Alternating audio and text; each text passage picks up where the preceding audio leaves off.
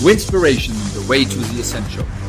On UK Health Radio, Winspiration brings wisdom and information for an extraordinary future. Together, we can shape the world we want to live in. So let's get real and create the idea. Be extraordinary.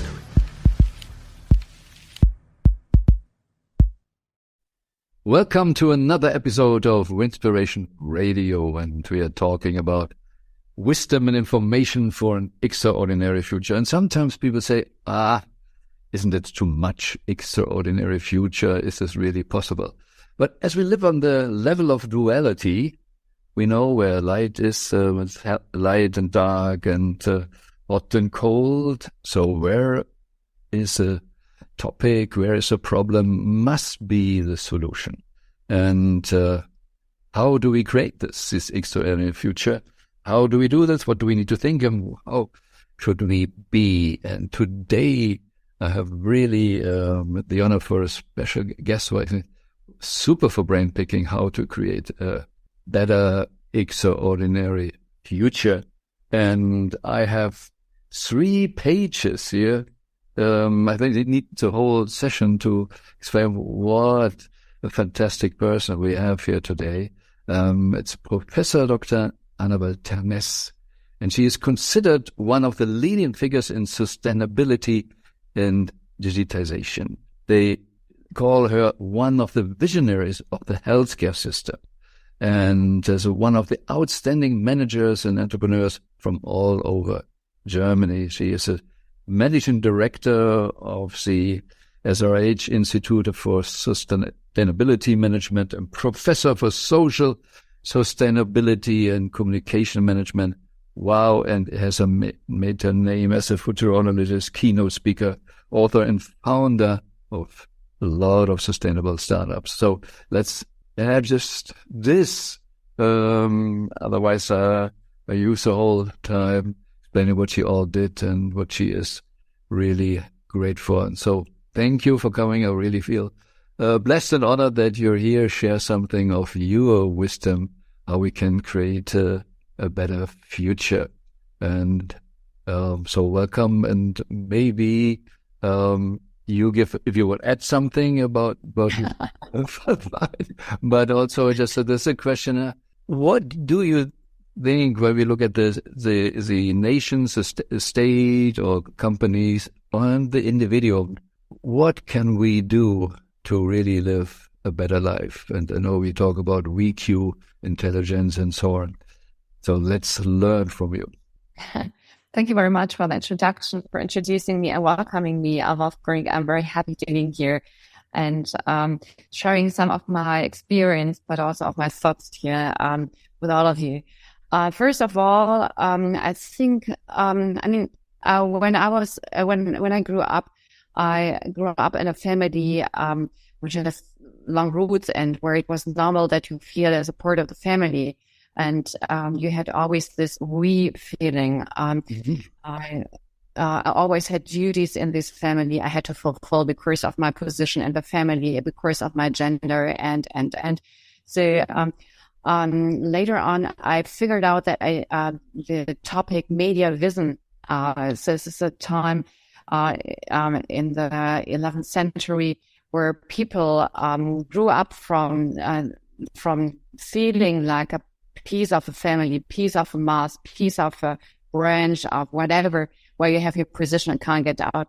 And as a child, it was super interesting for me how outer and external factors changed that and gave these people suddenly the idea that they could feel as a me or as an I and as an individual, and that this I could be relevant, and this feeling could be relevant for the community again. So I read about that as a child, and I thought, couldn't this be also something for me?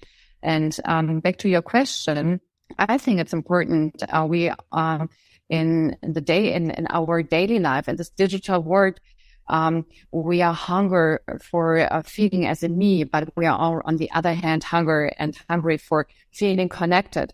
And first of all, to get a kind of meaning, we often focus first of all externally on being a part of here or there, and we want to be part of the most important, and we want to be part of the most safety. But by being so in the outer world and being so little in yourself, we forget about ourselves, and that gives us also the feeling that we are empty.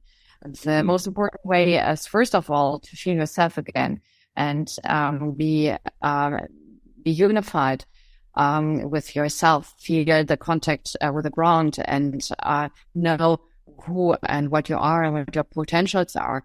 And therefore, future skills, WeQ, Planet We, this is all something where I really stand behind, because it means at first that to be there for the world or with the world, with the others, it's first of all super important to be with you and feel yourself. Otherwise, you spread out so much also from the energy you have somewhere, and can't be resilient with that.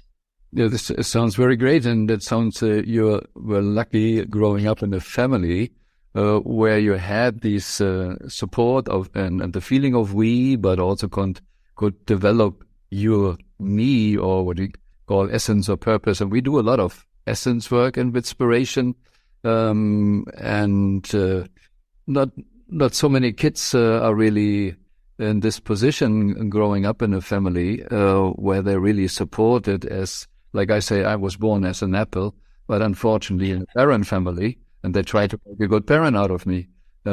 So I started to realize, okay, I'm not okay, because everybody around me says parent is good. Yeah. So, and kids who coming on planet Earth, they're still connected with the invisible world, and then we teach them forget everything and disconnect them so that they get lost. How, for example, is so from your point of view possible that we create a different education, because the parents not always are bad, they don't know better. Yeah. I completely agree with you. I think the adults word is a word of people who have forgot about themselves and are too much a ratio, too much analysis, and also using the analytics for feeling for knowing or having an idea of emotions, because they forgot about that.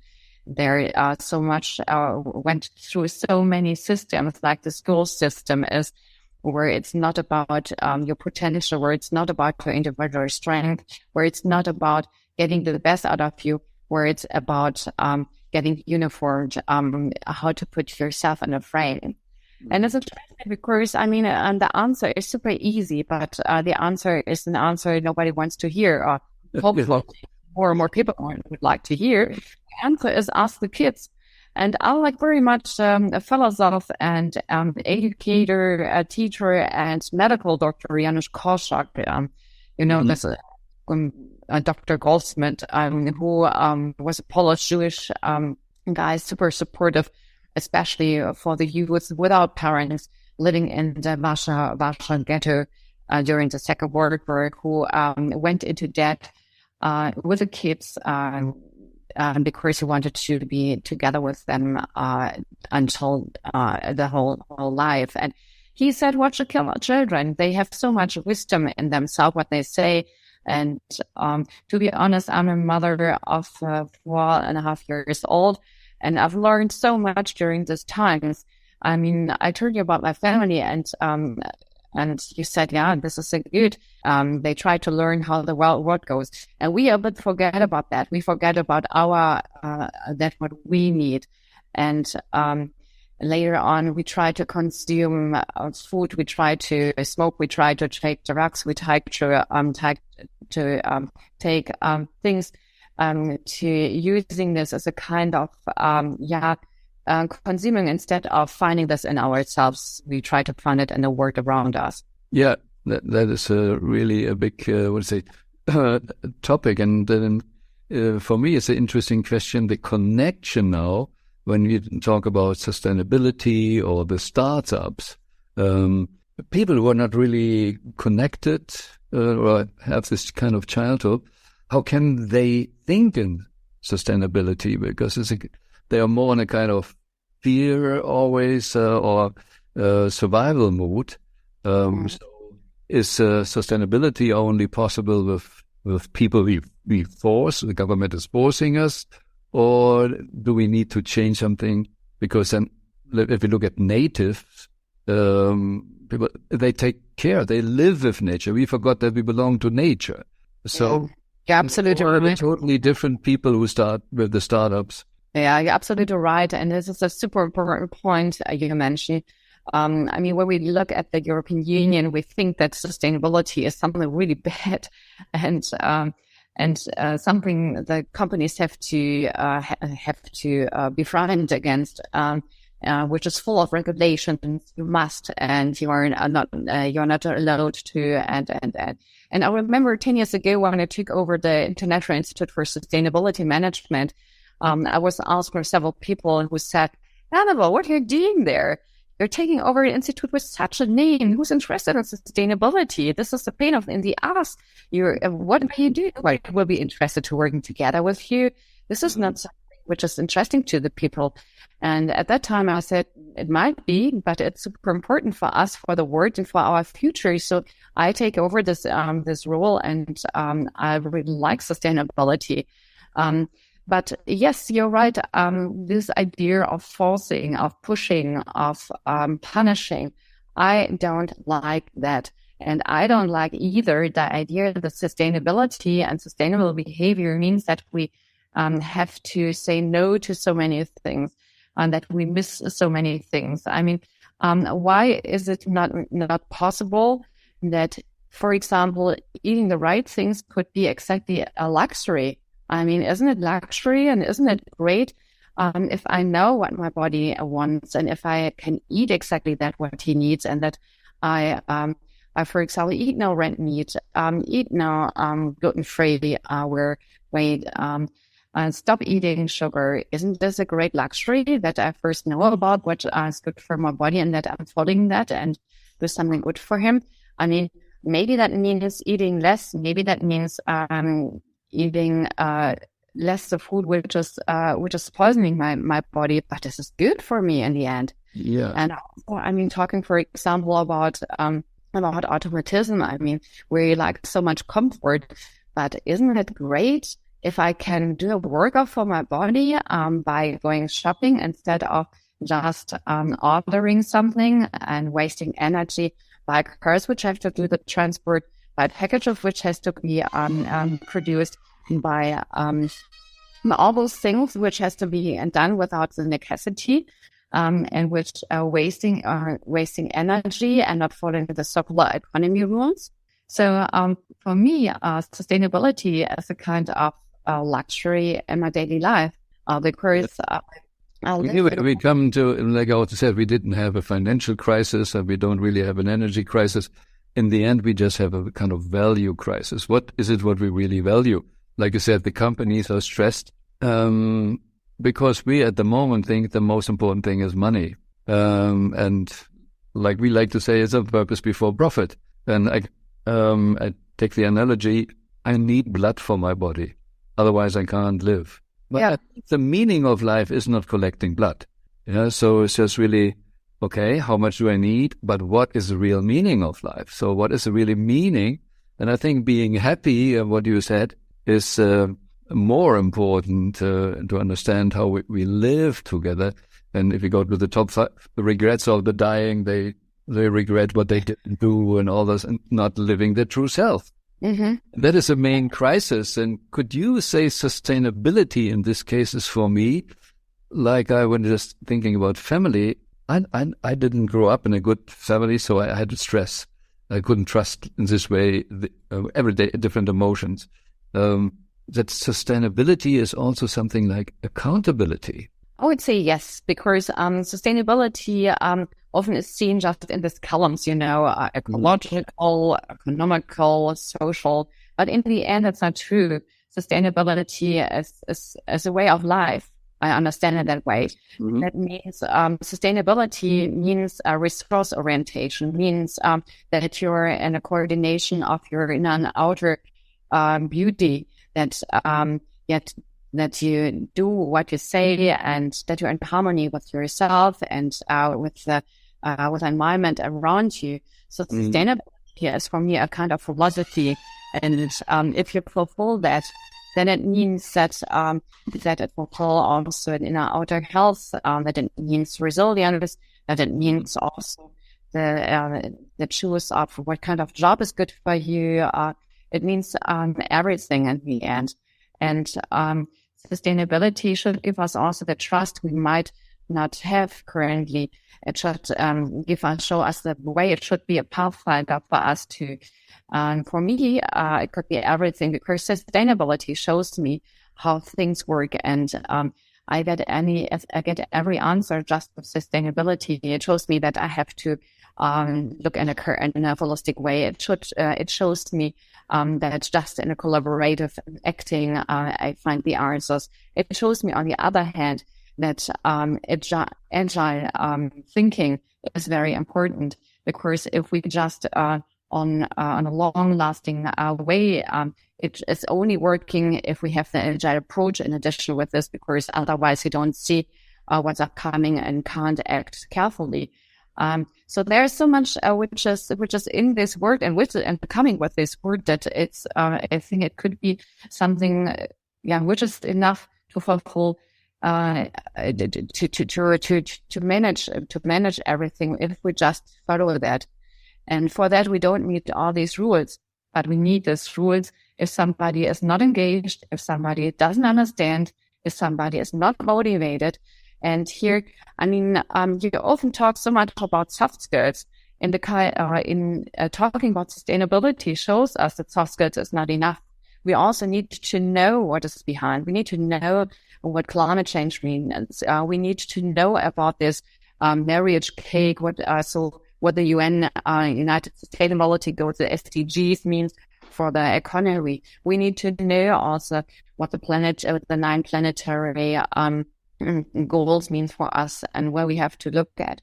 If we don't know that, we don't understand why climate protection is so important, or what that means for us. We think that driving electric cars enough, where we forget about circular economy, where we forget about batteries are produced, what to do with the all batteries and or where the energy comes from. I use with my e-car. So sustainability should drive us to a completely different kind of approach and thinking and acting. What you mentioned, or what I feel, is like also we just simply linear thinking, not seeing the complexity of the world. And everything what we do affects something, and so and if I look at like chess, the master is not thinking just in one next move. They think up to 16 different possibilities, and that's, I guess, is what you say we are missing today in leaders in companies or politics. They just in the survival mood themselves, or how to get the stocks up or whatever. And then they're wondering what will happen. Exactly. And you're talking about health. So, but if you talk about fear and feeling frightened and pushing, that's not health. And this won't build a holistic approach. If you want a holistic approach, you have to think more in the idea of gamification. You have to think more in the idea of playing, of playful trying, of we talk about mistake culture. Mistake culture is also kind of playing, of trying, and this is how children get into the world and how they feel themselves. This is how they get a self-awareness and where I'm good, where I'm not good, where I can be better, what is not my turn, finding what is my character, my personality. And therefore, this is super, super important. Also humor, bringing more humor into it. We are so serious about these things. I mean, can you win with being serious better than winning with humor? No, I think so. Yeah. Yes. Win better with humor. Because then your blood, now you talked about blood, so your blood is getting better through your body. When you're laughing, when you're good, when you're positive, no, you feel better, more vital, you live longer. So why not using the sustainability as a kind of solving lifesaver and word saver, and this can be fun. I mean, this is our only. I think it's the only way of having fun. Yeah. But that is a tricky thing in thinking and feeling in sustainability. But on the other hand, what I just felt, what you're saying is enjoy uncertainty. Because like the kids, they don't know, they don't think what is the next day. They live out the moment and handle what's coming. And like Sadhguru is saying, the adults have a big problem, they have a memory. So they try to get everything in their memory. So what is it, a conflict, or how does it fit together, sustainability and the love of uncertainty? That's a great question. I mean, we as a human, we always want to have this knowing what's upcoming. And interestingly, if we're talking about weather, the Germans, I know, like it were, if you say it's rainy tomorrow, then it's sunny tomorrow. That's interesting, the statistics. If you're talking about the death, it's different. If you would say, tell them, you can choose between you won't die or you die, they would like to hear I'm not dying. So the final consequence is a different thing. But we don't want to talk about the time until then. So how much time do we have left? And what should we do with the time which is left? And we have to live. So yeah, that's a tricky question, I think. It's anyway a tricky, like we said, if people die or not die. It's so interesting that they somehow have the fear of death. And if you really ask deeper, they say, no, they're not really the fear of death. They have the fear of suffering and whatever. And the crazy thing is they have so much more fear to live. Exactly. And that's what I wanted to mention. Exactly. You bring it exactly to the point. So, I mean, we have the time now to live, and we have a great, great chance, because we can always and in every second decide for the good or for the bad or for nothing. And this is always a decision we can make every moment. I can decide what I drink. I can decide what I eat. I can decide where I sit or with whom I talk. So this is most of the decisions I make over the day I have in my hand. And this is normally super great, because it means that we can decide to live every second most sustainable for us, for the next generation, for the world. And we can make a difference. And this is the next thing. I think, I mean, you said, how does it come together, this sustainable way with, for example, with uncertainty? Yes. And uncertainty should make us brave enough to understand that sustainability is a chance. It's not a decision. It's a chance for decision. That certain is just the death. Yeah, so uncertainty means also we can do better. Exactly. Uncertainty. Yeah. Certainty means nothing is changing, really. Exactly. And uncertainty means many like chances. This. Yeah. Exactly. It means many chances. It means we have the life in our hand a bit. And that we have so many opportunities. Some people also asked me in the past, how does sustainability goes together with digitization? Mm-hmm. Digitization is termination. Digitization is always quicker. Digitization is wasting energy. Digitization is also uncertainty, because you never know who's reading what's happening with your data. But I mean, I think we have to use the chances we're given. And I think also it's the wrong question, because that's what we not learned. And it's the main problem I see, that we are trained in school to have the right answer. And that's why when we said we could decide, most people can't decide anymore, because when they said what they think, it was not welcome in school. Like even mathematics, I had the right result, but the teacher said, no, not this way. It should be this way. And if you train for years to have the right answer, it's so tough. And we don't have really, in the Western world, the culture of teaching in school good questions. Exactly. That is important. And we are trained to feeling guilty We're trying to talk about guilty and feeling guilty, I want to talk about pragmatic solutions. I want to talk about opportunities. I want to talk about the learnings I get on of something which happened, but not stuck in the middle of sticking. But we've, or the Germans, have learned the course of the situation with the second world war and afterwards that this feeling guilty is something which is super important, but it's something which helps us getting into life, getting into hopefulness, seeing chances. And then there is a difference between feeling guilty and taking responsibility. Yes. Taking responsibility means that we are living in the now and in the future. We are learning from the past. Guilty means that we stick there. And often I have the feeling that we're sticking there. And sticking there is much more fearful and being frightened than being in what you said, uncertainty, because uncertainty is the chances of what's upcoming. And there is so much waiting for us. This is great. Yes. Yeah, and guilt is in like fears and fantasies. No? I believe in the past if I had different and everything. So we certain in Germany with the book, the Untertan, like the underdog or whatever. I think it's typical. And for me as a German also, it's really strange that we have an international word, German Angst. Yeah, so that is, it is. Okay, let's make a short break and then we talk about positives again. Okay, pleasure. UK Health Radio, the station that makes you feel good.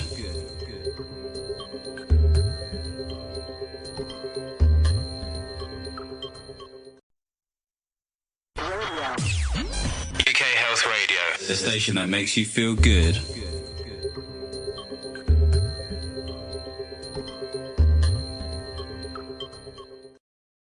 Okay, well, we know this with the education system. What is your idea and what is the teaching the future skills? So I know you're alive with the VQ Institute. What should we, should the right word is, do different than with the kids that they grow up with a better backup? I mean, I had a bad role model. I was at a school I really hate. I was at a board school where most of the teachers were nuns. And most of these teachers were nice people. But the combination of girls with nuns and the must of visiting the schools against my will was something I really hate. So I never wanted to have anything to do with the question you just asked me. But when it is also there, if I just assume, like church is also responsible for a lot of guilt feelings. Yes, exactly.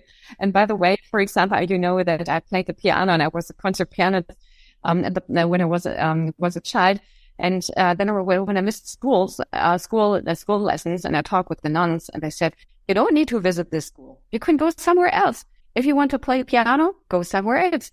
So it wasn't that they said, "Hey, wait, we support this." Yeah. So it was okay. If you want to be individual, do it somewhere else. So for me, school should be something which is an invitation where you want to go every day, where you have chances, that you have opportunities to grow when you find your potential, where you can see your strength, where you can cooperate with others, where you can build something. Build the brain. Yes. Exactly. Yeah. And where there's somebody who believes in you. The person you know experiment with Rosenthal Jacobson from the past, that believing in you can open the world, wherever on the other hand, saying, "Well, if you don't get this, I don't believe in you. I'm not trusting you. You can do what you want." Not at all. This is dropping down the people. And I mean, I saw it also by my small kid. I mean, my kid is 4, but he visited one kidder where there was no support. And after a few weeks coming back, it was like, I saw a really sad, not talking that much kid, where I couldn't talk that much with it. And there was no inspiration getting out of this kid anymore. And then I changed the place, and he came home full of inspiration and motivation and glancing eyes, saying, "Mommy, I have so many ideas I would like to talk to you about." So such a difference. And if we have the chance to have this kids inspired, then we know what world can wait for these people. And we know how, on the other hand, school can be downgrading, downsizing, aggressive. Creating slaves for a system. Yeah. Exactly. Being aggressive against yourself or others, then you don't wonder, then you're not surprised what's happening outside in the world, because there are many grown-up kids which are just living this, feeling aggressive. So we need a school which is an invitation. We need a school like, for example, Margret Rasfeld built it so great. I really like what she does, really like and support what she does with the Evangelische Schule in Berlin, what she started there.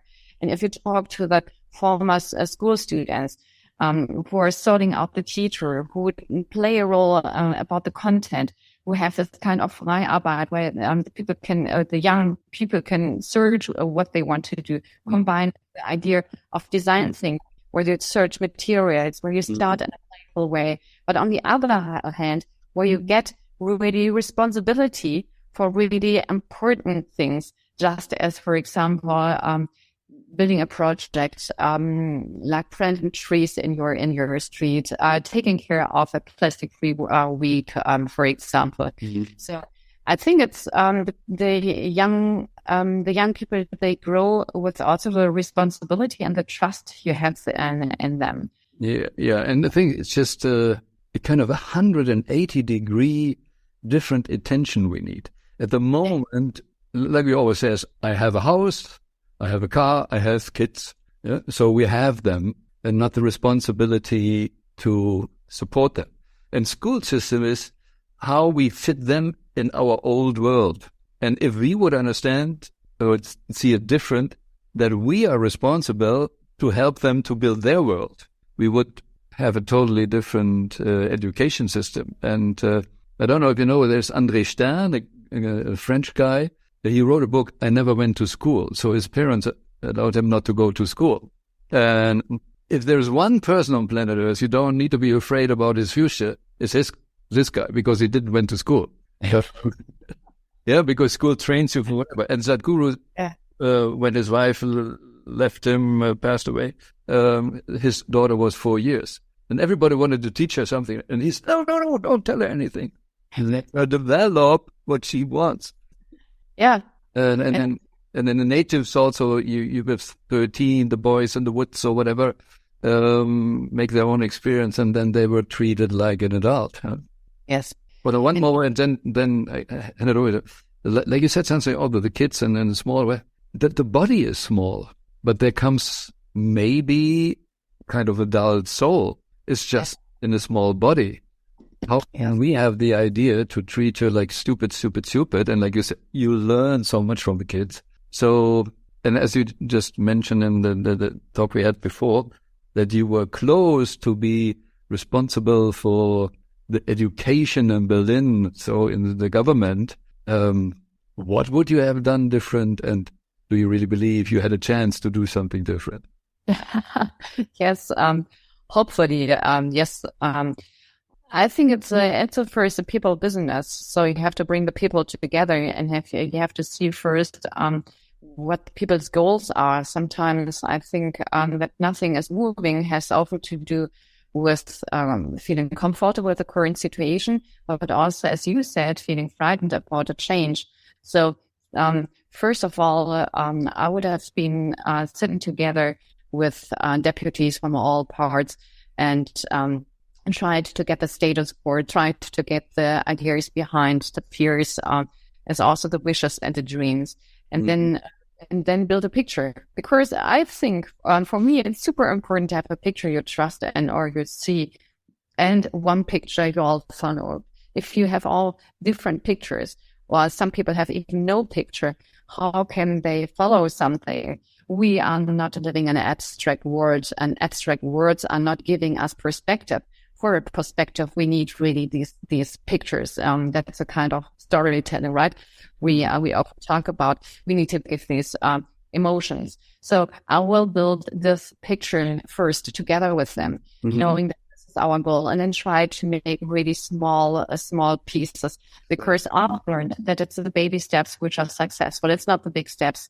Sometimes I'm wishes that it's different, and I often try to do the big steps, then understanding afterwards that you can fail completely when the steps are too big and the shoes are too big, and it's much better to really go one step back, look, turn around, check once again, and then see what the mistakes are. And often these mistakes are in yourself, because it's a difference between wishing and dreams and manipulating yourself. And I think it's important that you are that you can trust yourself also by being in the truth with yourself. And that means also that you know that these uncomfortable baby steps are the most important, and you have to get through. A lot of patience, yeah. It's always the same. It's always the same, yeah. This is interesting. It just comes up 2006, Winspiration Day. I had a speaker, Erna Riegel, and she wrote a book, School Can Be Successful. And she became in the German town Wiesbaden the head of a school and wanted to change things. And all the other teachers for 1 year were dressed in black when they had meetings and not saying anything. She needed 1 year that they open up, and then they created a school, incredible. The kids cleaned the school. They saved the money to different things. Incredible what kind of results came out of it. So interesting book. In German, the title is, I don't know if it's in English. In German, it's Schule kann gelingen. So very interesting. But that is what I always see. And it's not only a German topic, I think. There is one example that shows it works. Well, we ignore it. We don't want it. We start doing this. Like for me, using Semmelweis, Mr. Semmelweis, nearly 200 years ago said we should wash hands, and the death rate went down over 10%. No, we put him in whatever kind of charge and let more people die. So why are we so crazy? Why are we so crazy? Why are we so much provoking our self-systems without the need and necessity to? Yeah, good question. Sustainability in the wrong way. Yeah, we're sabotaging ourselves, right? Yeah. That's a good question.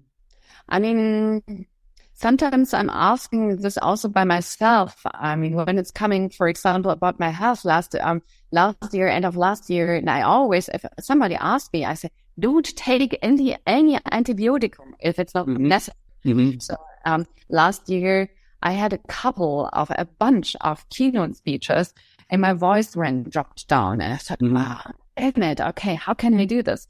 So I went to a doctor, and he said, it's a solution, easy solution, just take antibiotic. In 3 days, you can do everything again. You don't need to miss anything out. You don't need to lay down in bed. Everything is fine. And I just wanted to believe that.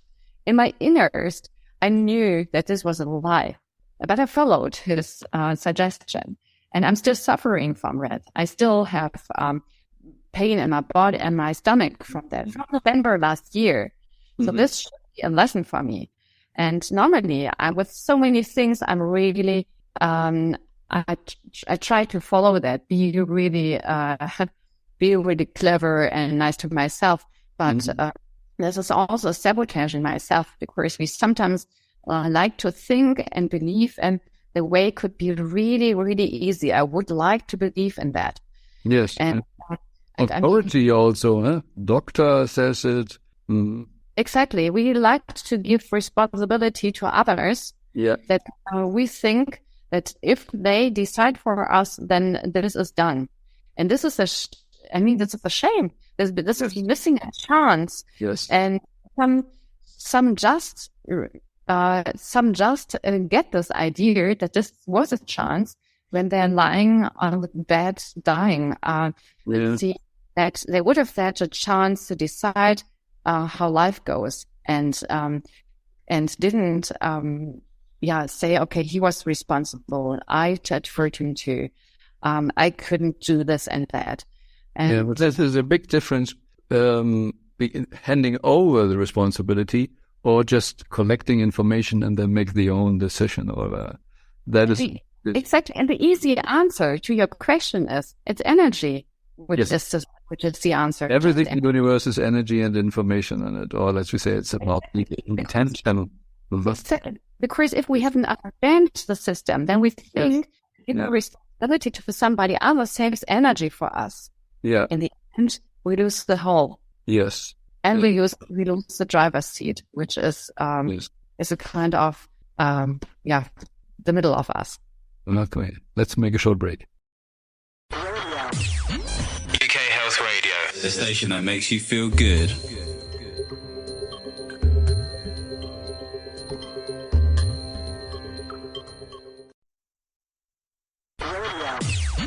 UK Health Radio, the station that makes you feel good.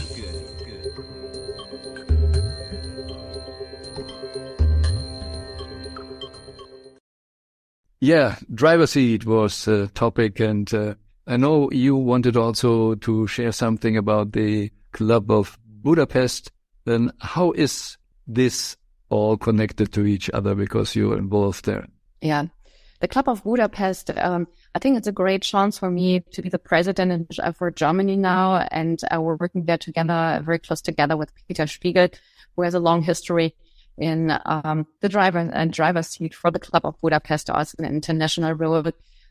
For me, the Club of Budapest is a huge chance to bring people together under the idea of consciousness, under the idea of future combined with also kind of spirituality, because we lost trust in some trust givers in the past, just as the church, just as the law, just as the medicine. And we need this trusted advisors in a kind of, and spirituality shows us that we have this trusted advisor in ourselves. Yeah. So the Club of Budapest is for me a chance to have an institution, an initiative, a movement with a history of great people, great mind people, just as Yunus or Dalai Lama, just as Mikhail Gorbachev or Erwin Laszlo, who already worked so much on this idea and drove the idea so much further. I mean, of course, these are big footsteps, yes. It's important now to follow this with new ideas and also give the next generation a chance to take a role there. And this is one of our goals we want to drive further. We want to give Club of Budapest a chance to lift up and give it voice to the next generation with its great ideas, with innovation ideas. There are so many. How we plan to do this? Or what the idea is to how to lift them up, how to reach them, get them to understand it, and then lift them up. We involve some great-minded people, German-based, but living abroad. But also here in Germany. So we have a small but very powerful team currently. With this, we are planning not just offers and formats, just as commissions, expert groups, event formats, but also awards. We have 2 awards in planning with United Nations groups involved, where we have one focus on oceans and ocean saving, and one focus on food security, but also food not understood just as a kind of being not hungry, but even more feeding yourself with something which can change also your way of thinking and acting. So these are the 2 awards we start with, and where we want to change and consciousness, where we want to give attention to this chances we see here by the next generation acting, but not just alone only, also in combination with the more senior people, of course, because I don't see that's the kind of we have to give up. We have to go away. It's just time for the next generation. It must be diversity. Diversity is the key. Diversity makes us strong and gives us the power to change the course. Yeah. And to move on in a very powerful way, because we learn from the past for the now and for the future, as we said. So this is part of the Club of Budapest. we wanted to also work and do things from Berlin, of course, but also we want to involve North Rhine-Westphalia very strong with an UNESCO Zeche Zollverein, which is a great symbol, I think, for how you can move a symbol of a federal state from the past to the future with great activities. Explain the listener what is Zeche Zollverein. So it was in North Rhine-Westphalia. At the former times, they were bringing up the coal deep down and digging there for coal.